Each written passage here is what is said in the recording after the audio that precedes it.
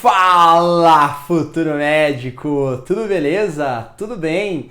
Será que a medicina é para você mesmo, né? Começa esse vídeo se perguntando de verdade aí, realmente sendo totalmente autêntico e honesto com você. Será que a medicina é para você mesmo? Bem, se você não me conhece ainda, eu sou o Lucas Xuxa, eu sou coach profissional de vestibulandos de medicina e eu faço medicina na Unicamp.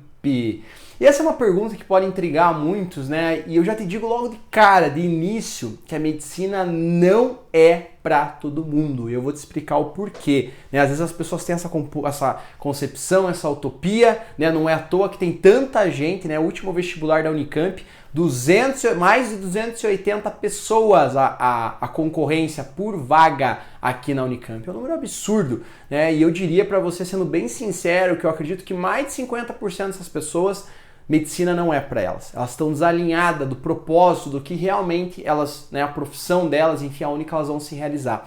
Eu vou te explicar o porquê disso, tá? Então, para isso daí ficar mais didático aqui, para a gente conseguir entender realmente, ó, hoje é, né, a visão que eu tenho, que vai determinar a tua profissão, o que você vai fazer na vida, é mais ou menos a combinação de 3 fatores que eu enxergo. Eu demorei algum tempo para compreender isso, né, para assimilar cada um desses fatores. E eu demorei também algum tempo, né, até eu me descobrir, até eu me encontrar na medicina. Então vamos lá. O primeiro ponto que você tem que ter, se você quer ser médico, se você acredita que isso é para você, é uma coisa chamada paixão.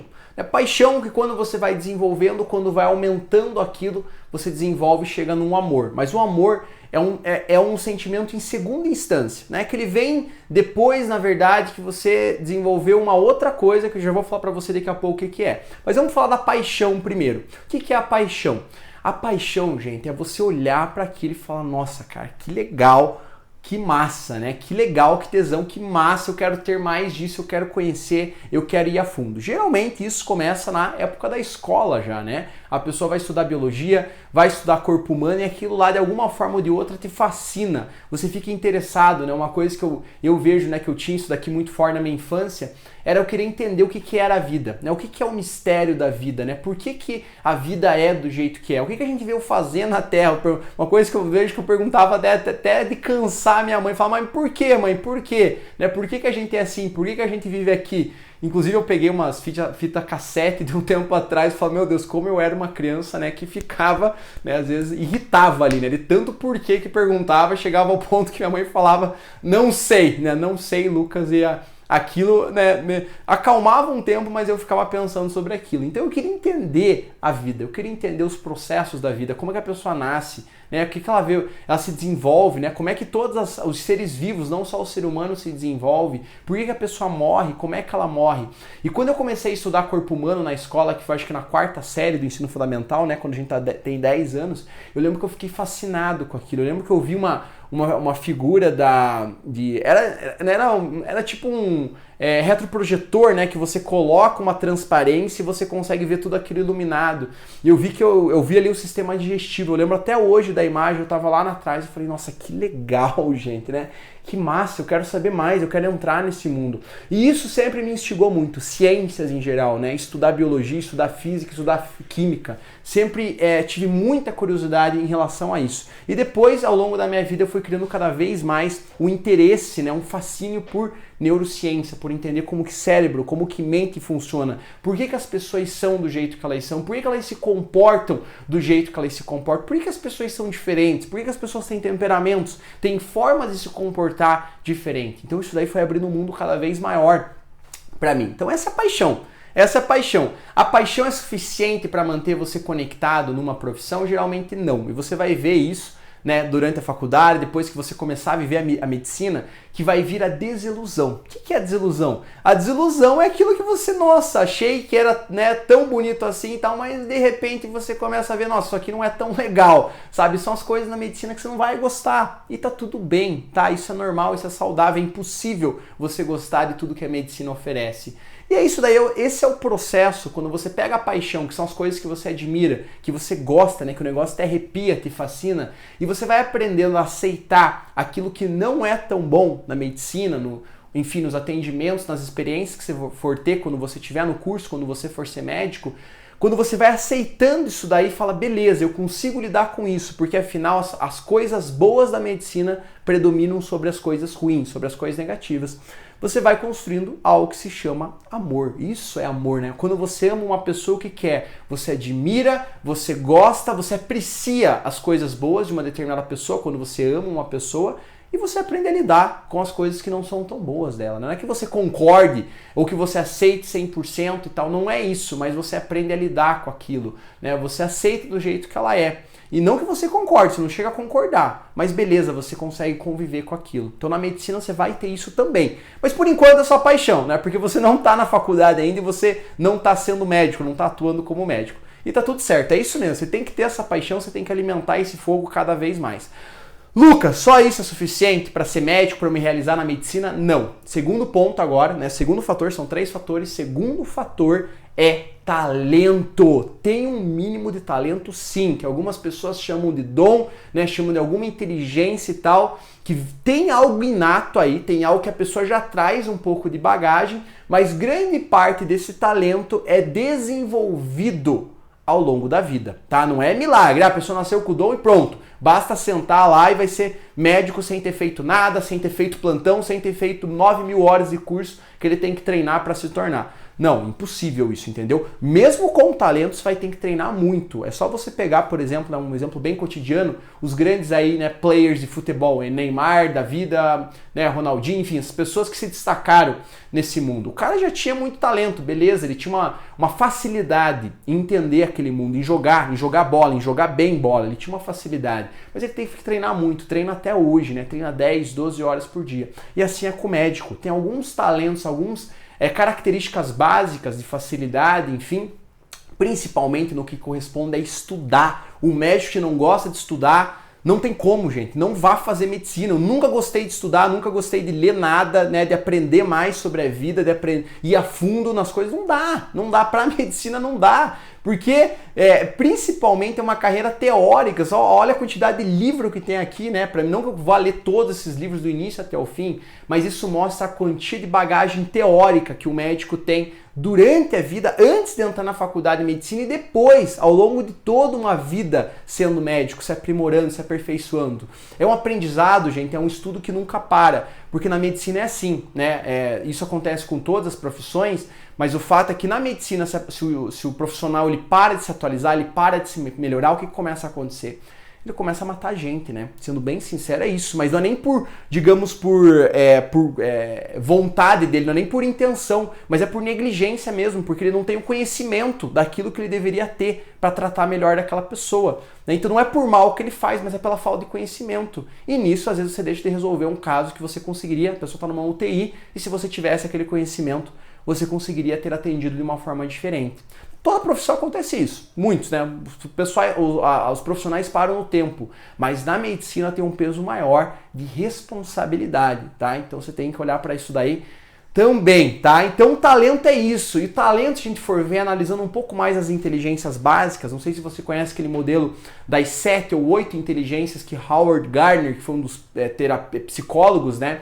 Que mapeou essas inteligências, que estudou muito aprendizagem, cognição, neurociência. Ele mapeou 8 tipos, né? Tem uma oitava, na verdade ele mapeou 7, mas teve uma oitava que apareceu depois, de inteligência que uma pessoa precisa ter. Então eu não vou entrar em detalhes aqui, porque você consegue encontrar esse material na internet facilmente.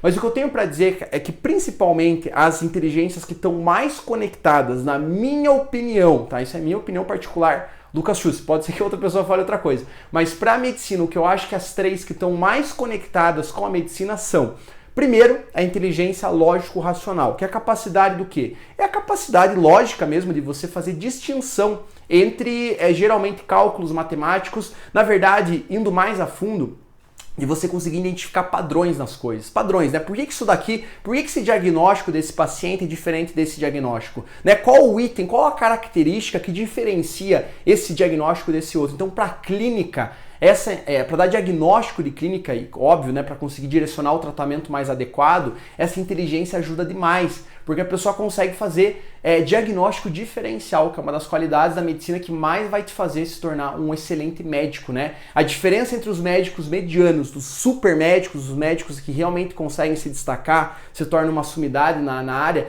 está intrinsecamente conectado com a capacidade desse outro profissional em fazer diagnóstico diferencial, que geralmente é um detalhe, alguma minúcia que ele detecta como diferente e fala, opa, não é isso daqui, mas sim essa outra doença e por consequência esse outro tratamento. Então a inteligência lógico-racional ajuda demais, principalmente em especialidades mais complexas que envolvem muitas variáveis, muitos fatores, como por exemplo neurocirurgia, neurologia, psiquiatria, hematologia, oncologia, ou seja, tem muitas variáveis, genética também, algumas vezes, porque tem muitas variáveis que você precisa analisar, que você precisa ponderar para conseguir encontrar o diagnóstico e resolver o problema do teu paciente, tá? Então, essa é uma que vale muito, mas vale muito assim, se destaca para você, se você for para medicina. A outra é a inteligência linguística. O que é a inteligência linguística? A inteligência linguística é a capacidade que você tem de se comunicar, a capacidade que você tem de se expressar. Não é à toa que muitos médicos são também o quê? São também artistas, são também escritores,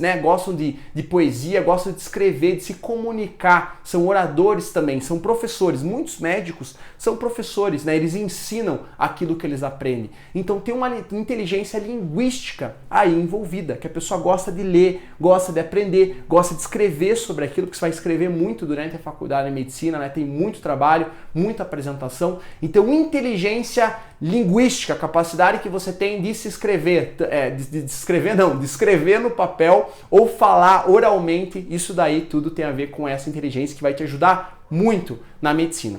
Em terceiro lugar, que eu acho que é o grande turning point do momento, é o que está fazendo realmente talvez a maior diferença na medicina do futuro, na medicina do século XXI, que é a inteligência interpessoal. O que é inteligência interpessoal, Lucas? Inteligência interpessoal é a capacidade que você tem de se conectar com outro ser humano, de você ter empatia por outro ser humano, de você ter compaixão, de você sentir amor, de você realmente criar uma conexão profunda com ela, ao ponto que você consegue, ela tá sentindo aquilo tá fazendo você consegue vibrar na mesma frequência, fala, putz, agora eu tô não é entendendo só a nível cognitivo, empatia não é só a nível cognitivo, não, é nível físico mesmo, é quase que visceral, você sente o que a pessoa tá sentindo, isso é compaixão, isso é empatia de verdade. E quando você sente exatamente como a pessoa está sentindo, você vibra na mesma frequência, só isso, na minha opinião, o que eu venho percebendo hoje na medicina, o que vem acontecendo, só isso já é mais de 50% da cura da pessoa. Olha que louco, gente. Quando a pessoa vê, essa pessoa, esse médico aqui, essa médica, realmente me entendeu, fala, meu Deus, porque eu percebi, ela estava junto comigo ali, fala, cara, então só o fato dela ver ter uma pessoa que digamos, tem compaixão pelo sofrimento dela, só essa conexão humana, só por isso, por si só, já é mais de 50% na cura, o que eu venho observando, principalmente na medicina que a gente vem praticando agora mais nos últimos anos, essa medicina mais humanizada. Então essa é uma competência, uma habilidade, digamos, uma inteligência inata que você vai desenvolver, óbvio, na medicina você vai desenvolver muito isso, mas muito mesmo, principalmente no internato, porque você vai ter muito contato com outros seres humanos, muito atendimentos, muito sofrimento, às vezes vai ter que dar até o recado, a notícia, infelizmente aquela pessoa faleceu, enfim, para algum parente, um ente querido dela, então se desenvolve muito isso, essa conexão, essa inteligência interpessoal. Beleza? Então isso aí, são as três inteligências, a gente está falando ainda do segundo ponto, É o primeiro que era paixão, o segundo ponto são talentos, que são esses três principais, que vão te conectar ainda mais, vão ajudar você a se desenvolver na medicina, tá? Então, gente, isso você tem que ter em mente, porque pega, por exemplo, uma pessoa que tem usar algumas outras inteligências que às vezes saem um pouco do mapa da medicina. A pessoa tem uma inteligência naturalística, que é a capacidade dela entender como que o meio ambiente funciona, como que o tempo, se vai chover, enfim, são pessoas que são muito boas, por exemplo, para lidar com agricultura, para lidar com plantações, coisas que envolvem a parte rural, porque elas conseguem entender muito bem o meio ambiente. E essa pessoa tem essa inteligência, tem uma inteligência sinestésica, que é geralmente vista, a inteligência vista em quê? Em jogadores de futebol, atletas, dançarinos, Ou seja, como que essas duas inteligências, né, se conectariam com a medicina? Percebe que fica um pouco fora? Ah, Lucas, mas ele poderia ser um médico diferente, um médico mais holístico, não sei, né, que envolve mais com a natureza, ou poderia ser um cirurgião porque tem a sinestésica. Mas você percebe como vai ficando um pouco fora do mapa demais?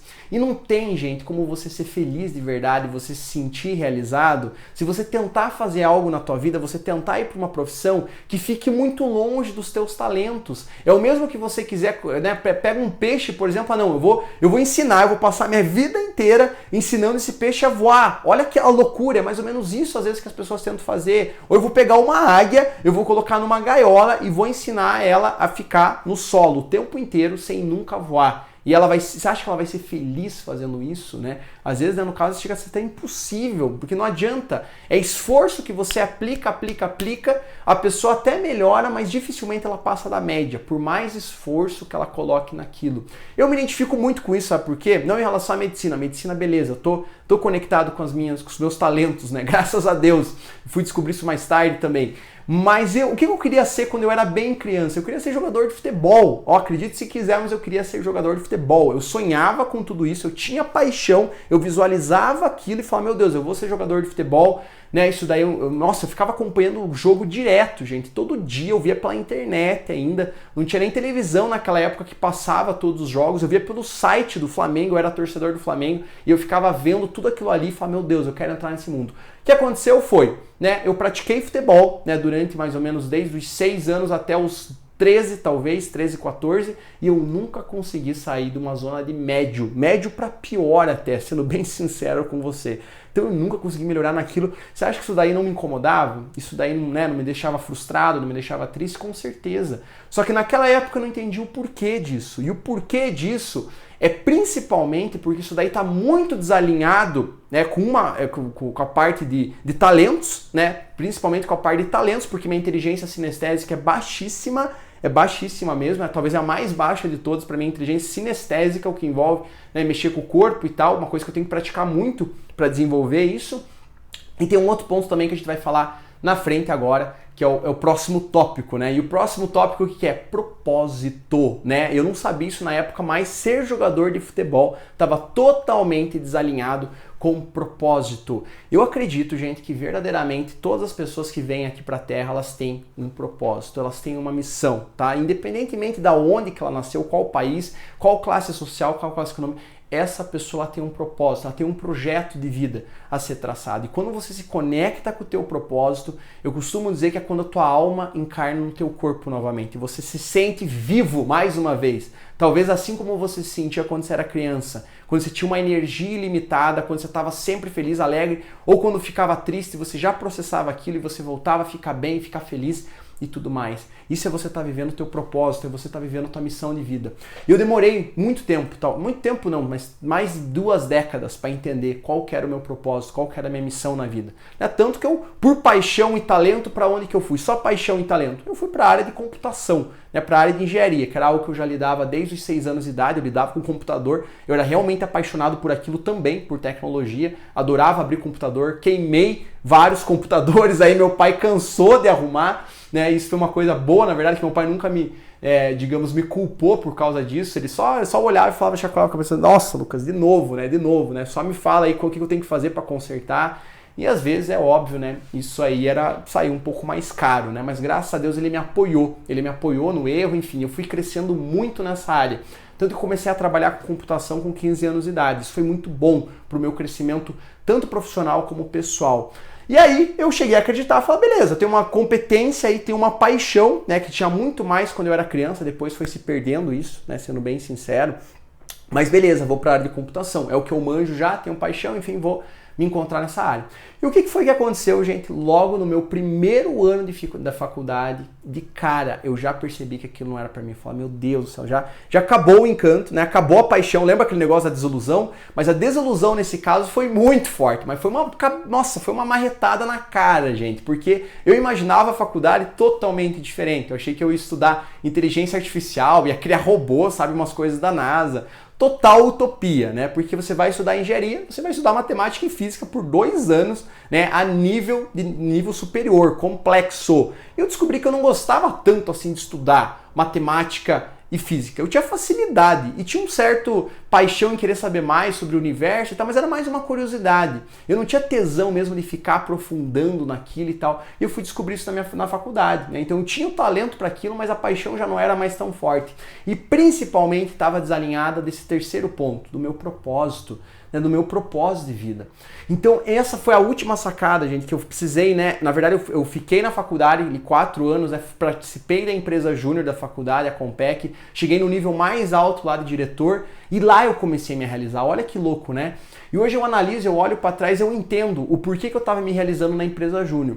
Porque por 2 pontos, né? Primeiro, porque eu sempre tive uma pegada empreendedora, sempre na minha vida, desde criança, acho que, nossa, desde quando eu tinha acho que 9 anos de idade, eu tentei criar meu primeiro negócio, que era uma locadora lá e tal, e comecei a chamar gente do bairro pra ir visitar, pra gente jogar videogame. Não deu muito certo, né? Porque imagina, né? Meus pais falaram, não, você tá louco, Lucas, você quer abrir uma locadora aqui, você precisa de CNPJ, você precisa pagar imposto. Mas enfim, eu sempre tive essa pegada, né? Essa vontade de criar, de empreender, de construir algo novo. E na empresa júnior eu tinha essa liberdade. Então esse é um primeiro ponto que começou a me conectar mais com o meu propósito. Em segundo lugar, gente, eu tava no meu melhor ano da empresa júnior, o que eu tava? Eu tinha um time de pessoas, era mais ou menos 8, 9 pessoas que eu tava liderando, que eu tava mentorando. E lá eu me senti em total conectado com o meu propósito, eu estava desenvolvendo pessoas, eu estava formando pessoas melhores, eu estava inspirando, eu estava motivando essas pessoas a crescerem, a elas realizarem algo na vida, né? Despertar, como eu sempre falo ali, despertar dentro dela os maiores talentos, aquilo que mais tem de potencial, porque essa pessoa acredita que ela é isso daqui, mas ela é muito maior do que isso, né? E ali estava o meu papel. E daí, durante aquele ano foi muito louco, porque eu me vi aplicando já ferramentas de coaching, que eu nem sabia que era ferramenta de coaching, mas eu fui criando uns instrumentos de personalidade, de análise de temperamento, de estudo de personalidade, de caráter, enfim, para a pessoa ir criando autoconhecimento, né? Para aquilo ela ficando cada vez mais empoderada. Então, pouco a pouco, eu não tinha nem ideia o que isso daí iria se tornar, o que eu iria me tornar depois, mas é porque desde aquela época eu também já tinha um interesse por psicologia, né? Psicologia é uma coisa que eu comecei a estudar mais ou menos com 15, 16 anos de idade, né? Foi uma paixão que foi cada vez mais crescendo, né? E cada vez mais eu fui deixando essa paixão por tecnologia. Não que eu tenha abandonado isso ficou na minha vida, né? Tanto que hoje eu tenho uma empresa de tecnologia também, de sistemas de gestão. Mas a minha paixão foi cada vez mais sendo direcionada para o desenvolvimento humano. E aí foi que, né, o intercâmbio, eu costumo dizer que o intercâmbio foi o que salvou a minha alma, porque eu, né, tranquei a faculdade e falo, eu fui encontro da minha alma, eu fui encontro realmente da minha alma, porque eu estava perdido, eu não sabia para qual caminho que eu iria, eu já não me via, né, sendo engenheiro, trabalhando naquela área, eu falo, não, isso aqui é muito pouco, sabe? Tem um bom salário, sim, tem uma ótima carreira, né, o que eu já conseguia ganhar ali, já conseguia me destacar, beleza, mas aquilo não me preenchia por dentro, aquilo não me preenchia, por mais que eu me dedicasse, por mais reconhecido que eu fosse, por maior que fosse o salário. E quando eu viajei para fora, graças a Deus, né, eu consegui tomar total consciência disso. E aí essa é uma história que eu conto até em outro vídeo para você, né? Se você tiver curiosidade de ver, que se chama Como o Intercâmbio Mudou a Minha Vida, tá? Tem parte 1, parte 2. E lá eu conto como com uma conversa por Skype, né? Por Skype, sem câmera, não tinha câmera naquela época. Uma conversa de mais ou menos 4, 5 horas foi o que mudou a minha vida, tá? E aí eu voltei decidido que eu ia fazer medicina aqui no Brasil. Voltei totalmente convicto, determinado. E naquela época eu nem sabia exatamente o porquê ainda que eu estava indo para medicina, mas eu sentia, gente, aquilo lá me arrepiava o corpo inteiro e eu falo, só tenho certeza que é isso. Para esse ano que eu vou fazer, eu vou passar em medicina, eu vou ser médico. Eu não sei o que vai acontecer depois, quando eu estiver na faculdade, quando eu já for médico, mas agora eu sei que eu tenho que fazer isso. E isso me conectou muito forte com o meu propósito, né, gente? E eu costumo dizer, porque o propósito, você, mais do que algo cognitivo, que você vai pensar, nossa, aqui é bom, vai fazer os prós e contras, sabe? Isso aí até racionalmente faz sentido. Mas propósito, gente, é uma coisa muito mais de coração. É uma coisa que hoje eu acredito que é muito mais de alma. E o próprio Steve Jobs, ele falava isso, né? Inclusive tem um documentário muito legal para você assistir, que é um speaking, né? É uma oratória, né? É um discurso, né? Encontrei a palavra, é um discurso que ele faz na Universidade de Stanford para os formandos. Você consegue encontrar esse vídeo no YouTube. E uma das coisas que mais me chamou a atenção nesse vídeo é que ele falou o seguinte, né? As decisões mais importantes que você vai tomar na vida, né? Casamento, por exemplo, profissão que você vai escolher, teu propósito e tal. Decisões que vão mais impactar a tua vida não são tomadas com a mente, não é tomada pelo racional. O racional confirma, ajuda você a decidir, mas principalmente quem vai tomar essa decisão é o teu coração. É uma coisa de alma, de sentimento ali, você fala, cara, é isso aqui. E a razão confirma, a razão vai ajudar você a falar, não, realmente é o caminho certo, pode ir tranquilo, pro teu ego ali ficar tranquilo e você ir. Tá, mas a decisão mesmo já foi tomada pelo coração e você vai sentir isso, né? E foi isso que foi a medicina para mim. E depois foi se confirmando.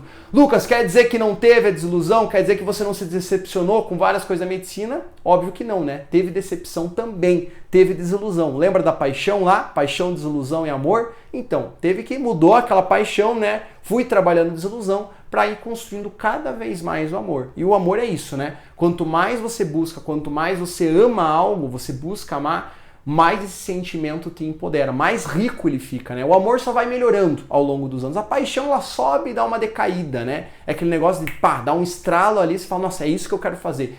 Mas ela não se sustenta ao longo do tempo. O amor não, o amor se sustenta, tá? E é isso que você vai aprendendo a desenvolver cada vez mais com isso daí. Mas para que isso aconteça, gente, tem que estar alinhado esses 3 pilares, na minha opinião, tá? Então a questão da paixão, que depois vai se tornar o amor, os teus talentos inatos, que você vai desenvolver cada vez mais, né? Tanto agora como quando você estiver na medicina, quando você for médico, e por fim o teu propósito. Você tem que estar conectado de verdade com o teu propósito. Eu vou te falar o seguinte, status, reconhecimento, sucesso material não é o suficiente para construir propósito, não é mesmo. Eu vou te falar, se você buscar isso, só isso na medicina, ou principalmente isso, você vai se frustrar. Ou mais rápido ou mais tarde na tua vida, mas você vai se frustrar. No tempo de você chegar num lugar e falar, putz, que sentimento de vazio, né? Com esse reconhecimento, esse dinheiro foi caro eu ter trabalhado por isso. Não vai ter valido a pena, eu te garanto isso já.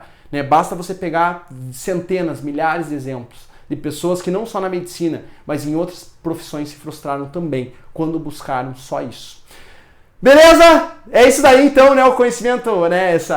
Digamos, esse insight aí que eu quis compartilhar com você. Deixa teu comentário logo aqui abaixo. Me diz o que você achou desse vídeo. De repente, o que você se identificou mais com isso que eu falei pra você, né? Cada um desses pilares, enfim. Se você tá mais decidido, ainda mais determinado que medicina é pra você, ou que também talvez medicina agora, nossa, Lucas, você falando isso, talvez medicina não é pra mim mesmo, vou buscar outra coisa. Coloca aqui embaixo também, seja honesto com você mesmo, tá? É importante porque a verdade te liberta, por mais dolorosa que seja, a verdade te liberta, tá? Deixa teu like aqui se você gostou desse vídeo, deixa teu dislike aí se você não gostou desse vídeo, compartilha com seus amigos, né, pessoas que você acredita que possam se beneficiar desse conteúdo, que também estão buscando a medicina, querem ser médico ou talvez ainda estão em dúvida, beleza? Aí caso você queira, se você não baixou ainda, um e-book que eu preparei especialmente para você, que se chama Os 7 Maiores Erros de Quem Quer Passar em Medicina, tá? Os 7 Maiores Erros de Quem Quer Passar em Medicina. Se você não baixou esse e-book ainda, vai na descrição aqui nesse vídeo, clica no link, você vai ser redirecionado para uma página que você